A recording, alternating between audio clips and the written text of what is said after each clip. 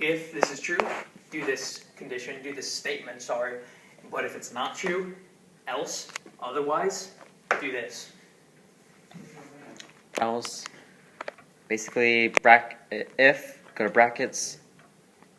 If it's not true, then go to else. Else, then do those, whatever's in between the brackets. Yep, I'm recording right now, by the way, again. And these are actually called braces, by the way. I drew it poorly, but it looks like... By the way, for the top, wherever you see what's past past 11, try not to write there because it's creating a blur right there, and past the 12. You really should be taking notes instead of doing a video. Just Come on, Webster. Come on. Because you're going to have to rewatch the video. No, I'm going to re-show the video to people. Show it. Well, it's going to be This isn't going to make much sense to people. No, this is probably going to make sense to people if you're not here. I'll just teach them again. No, whatever. These are braces. Everything in between the braces, it executes. Otherwise, execute these. Alright. Very simple, right? Right. If this true, do that. If it's not true, do this. It's one or the other. That's it. We can evaluate conditions. So let's play around with it a little bit. Let's say if A is equal to B, what's this code going to do?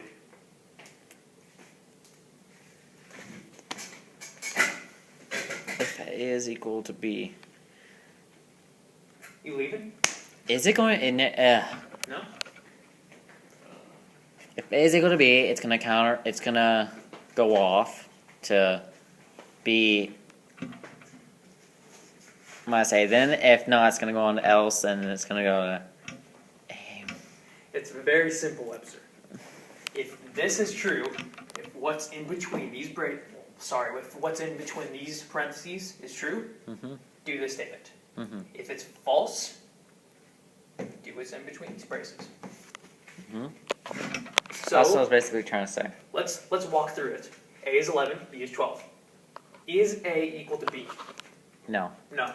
So it's not going to do this. It's going to do the else, right?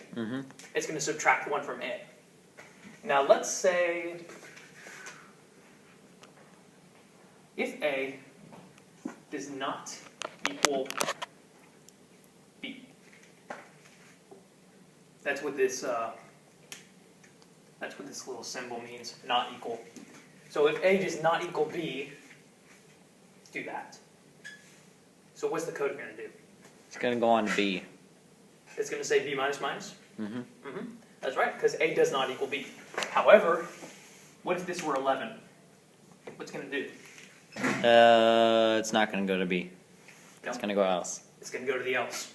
Because this actually, they are equal to each other. So this is false. Therefore, it's going to do the else statement. If else. You're going to use these quite a bit for testing single conditions. So test the condition. If it's true, that's what's inside of the braces. The else is actually optional. You don't need to put it there. You can if you want, or if it's relevant to the application you're actually programming. So if and else. Now let's say you want to test more than just one condition. Like in this scenario, we're only testing one condition, right? Can you go else, else, else, else? Almost. You're on the right track. What you can do is you can say else if B is greater than A. Do this. And then else. Do this. And inside here we'll just say A++ for the heck of it. And down here we'll do B++. Really what we're doing right now is irrelevant, but just so you can understand the concepts. What's this code going to do? It's going to go one at a time. Yes, it's gonna go to. Yeah, it's gonna do one at a time. One at a time. So let's do the first one. If A does not equal B. Does A not equal B? It does not. No. So this value is true. false. They are equal to each other. So this Yeah. is false. So it's going to skip this, and it's going to go to the next one.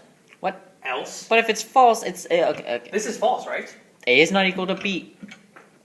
A is equal to B. So that's gonna be false. False, and How it's can I gonna. make this a little bit easier? Because I kind of did a little double negative on you there. Let's make this 12 again. Is A equal to B? No. No. Therefore, this is false, Mhm. right? It's not going to execute this code. So what's it going to do? It's going to go to the next one. Mm-hmm. Else, if B is greater than A, do this. Is B greater than A? Is 12 greater than 11? Yes. Yes. So it is going to do this. It's going to say A++. Mm-hmm. Now, what do you think it's going to do next? Is it going to do the else, or is it going to skip it? Skip it. Skip it, that's right. In this scenario, you can have as many else ifs as you want. This could go on for You can only have one an else. entire page. Yes, you can only have one else, and you can have only one starting if.